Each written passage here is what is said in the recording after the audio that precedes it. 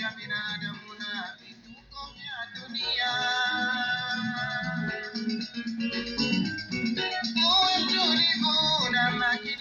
Haya, bendi ni Orchestra Bimaleyo mwaka 1984 na kibao hewani kama kilivyojitambulisha kinaitwa Fungua Macho, tuzo wake Abdallah Ali Gama. Katika utaratibu nilioweka kujibu maswali, kuna swali hapa nimeulizwa na Method Ali Zinga, anasema uko Michenzani wapi ndugu yangu, lakini sawa, mwenyewe utakuwa mfuatilia hilo.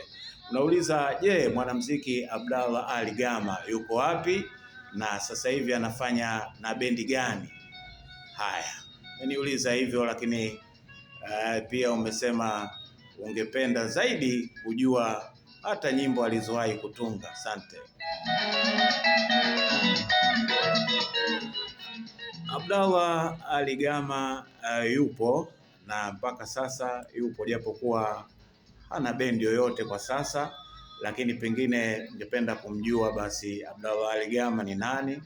Huyu ni mwanamuziki mahiri sana, alivuma hapa Tanzania miaka mingi, hata nje ya Tanzania. Aliwahi kufanya kazi Japani, aliwahi kufanya kazi Kenya, lakini asili yake haswa kazi zaidi alifanya jijini Dar es Salaam.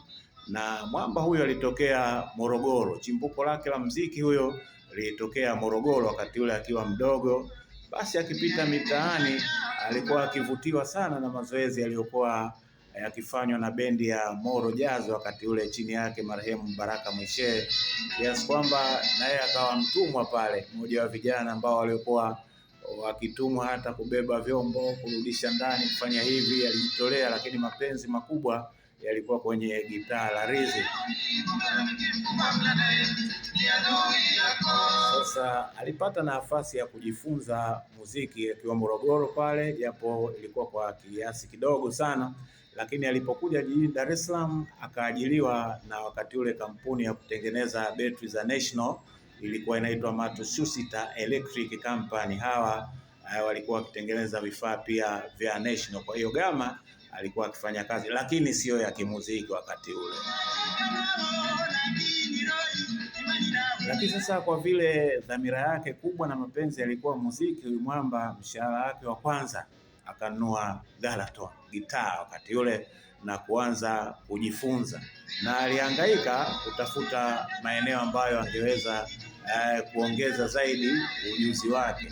Akajikuta anatua pale maeneo ya Keko Bora, kuna sehemu ilikuwa inaitwa Kosata pale. Sasa pale wanamuziki wengi, hata bendi ya Safari Trippers B Smashers ilikuwa pale. Kwa hiyo Gama alipofika pale akakutana na wanamuziki wengi tu, kina Abdallah Omari Dula, kina Habibu Jefwa na wengine, na hata kiongozi wa bendi ya Safari Trippers David Musa Gordon, huyo naye alimuona pale na alimvuta Safari Trippers. Kwa hiyo akafanya kazi na Smashers kidogo, lakini pia akafanya kazi na Safari Trippers ile yenyewe namba 1. Mwamba huyu aliendelea kujifunza muziki na muziki ulimkubali kwa sababu alikuwa akiendelea siku hadi siku, kiasi kwamba cha kuwashawishi sasa wenye bendi waweze kumtumia.